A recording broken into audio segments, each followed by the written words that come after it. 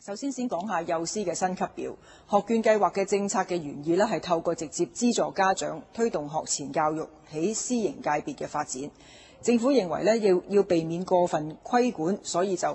唔訂定幼師薪級表。呢個做法表面上好似俾幼兒業界有好大嘅自由度自定薪酬，但實際上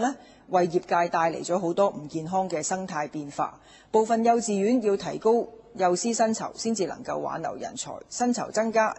亦都等於幼稚園嘅成本增加，亦都意味住學費不斷增加。即使有學券家長其實每年要俾嘅學費亦都係喺度上升緊嘅。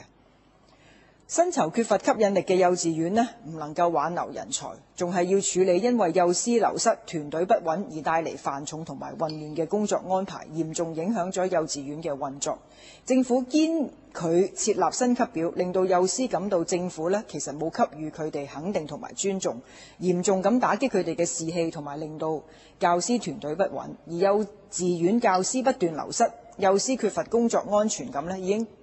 經係導致甚至係影響到學前教育嘅質素。2009年至10年度半日制同埋全日制幼師薪酬分別係9800蚊同埋16300蚊，低於幼師原薪級架構嘅中位數。呢個水平只係平均月薪。根據調查有啲幼師嘅月薪只係低至6000蚊，所以業界要求教育局恢復幼師嘅薪級表其實一啲都唔過分，亦都教育局應該正面咁積極回應。